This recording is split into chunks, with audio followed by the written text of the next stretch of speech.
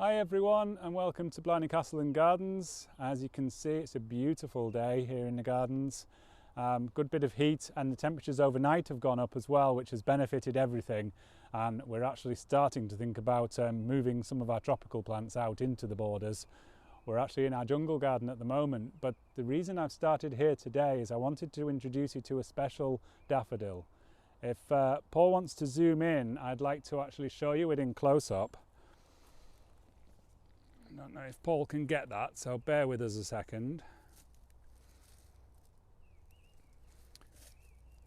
So this is Narcissus Blarney, and it's one of two daffodils bred by Richardson's, I think it was of Waterford, and this one was released in 1935 in one of his catalogues. And the original Blarney Daffodil was then added to with literally a daughter, Blarney's daughter. So we have both on the estate. The Blarney Daffodil is planted in quite a few areas and is naturalised well. And then the Blarney's daughter we have in very small quantities because it's quite a rare and difficult to acquire daffodil. We actually got ours from America. But I wanted to introduce you to this one because it's something a little bit special. So there you go, Narcissus Blarney.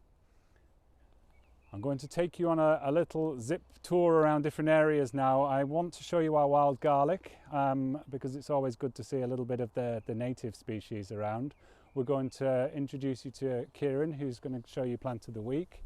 And then I want to take a quick peep inside the bees and the walled garden. So I'll see you in a minute. We're down on our riverbank walk, as you can see, and I wanted to show you the wild garlic down here, so we were on our way down to show you that, and you can see it's right through all the borders, growing everywhere. But I stopped at this particular spot because there's just some lovely little things peeping through. You've got the primroses. Now these are natives that have naturalised here along the riverbanks, and this kind of semi-dappled shade suits them perfectly, and they're a gorgeous little plant. And then just alongside it we have one of our bluebells, and again throughout our woodland areas we have large swathes of bluebells, and this time of year is always a great areas to walk through. And when you're down by the lake, for example, we've put a path through one of the woods there, and it's just stunning at the moment, just seas of blue. But the garlic is why I came down here. These aren't out quite yet, but these will be seas of white. Now people see the wild garlic, and it's great culinary use as well. I've made pesto with it the last couple of years, but en masse throughout the woodlands it's hard to beat, and people are tempted to put it in their own gardens. It's not a good idea, unfortunately, because it's quite invasive. So we're going to head further along the river, and hopefully I can find a patch that's more in flower just to show you how they look. So we're a little further along the riverbank walk, and you can see in this area the garlic's actually coming into flower. And if Paul zooms in a bit, you get a better sense of the flowers, but they're beautiful in their own right. What is interesting is just me walking in here, crushing a few leaves, has released the scent, and it's actually quite overpowering. So it's an amazing plant, but left alone in the wild, don't try and bring it into the gardens. Maybe if you do, just pop it in a pot. But there you go, stunner. We're now going to head over to Kieran for the plant of the week, and I believe that this one's an interesting one with a bit of a backstory, so Kieran will tell you about that. Hi everybody, welcome to Blarney Castle and Gardens on this beautiful day. I have the privilege today to introduce you to our plant of the week, which is a lovely, amazing Senecio candicans Angel Wings. Now before I get into the care and maintenance of the plant, just a brief history.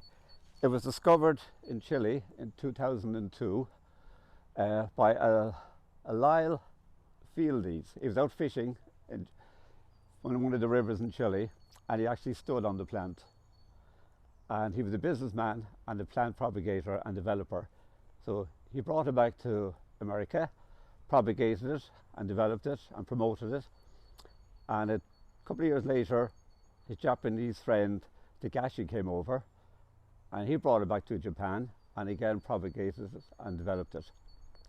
And eventually a Dutchman from the, I think it's CNB or CBN plant company, new plant company.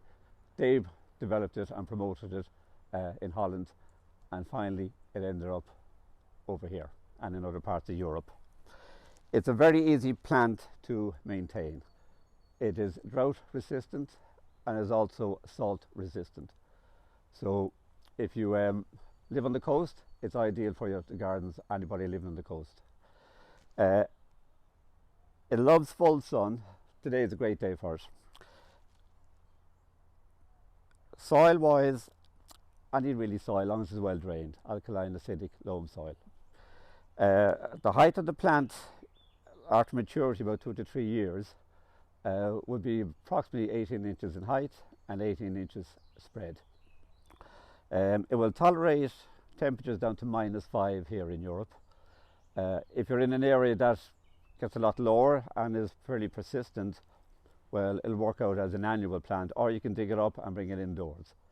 And when you do dig it up, if you have to, it's the ideal time to divide it and to propagate it.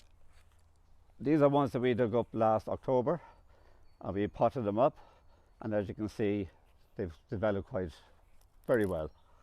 And the only maintenance really is to discard any snails and to take out any of the brown leaves or dead leaves. Other than that, just sit back, relax and enjoy it.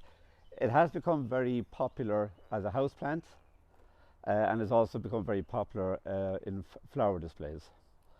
But it's great in a herbaceous border. This is our tropical border here, and it just gives everything a lift.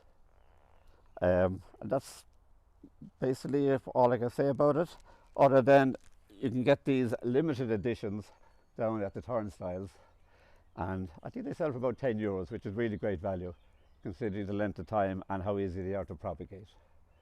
So that's our plant of the week: Senecio, candy cans, angel wings, and next week we'll have another plant to discuss with you. And before we finish for this week, I just wanted to take a quick peep inside our bee observation area. And as you'll see, when you look through these, the bees are very active today. The heat's got up and they're actually out and about, which is fantastic to see. Our bee observation area is open through the year when the bees are active, and it gives a chance to peep into our kitchen garden, see what's going on. And it's good that the bees are active, because just beyond them you'll see our orchard, and all of our apple varieties are just starting to come into flower. So fingers crossed the nights stay warm and we don't get any late frosts, but it's good to see things moving. We'll hopefully be back here in a couple of weeks' time to give you a bit more information on the bees, if we can get a peep inside one of the hives when they're working on them perhaps. So that's something to look forward to, and we'll make sure that when that does happen we show you.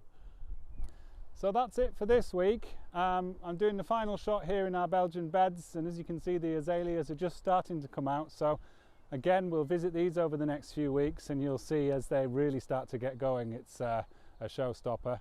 But thanks for that, and hopefully we'll see you in the gardens in the coming weeks. See you later.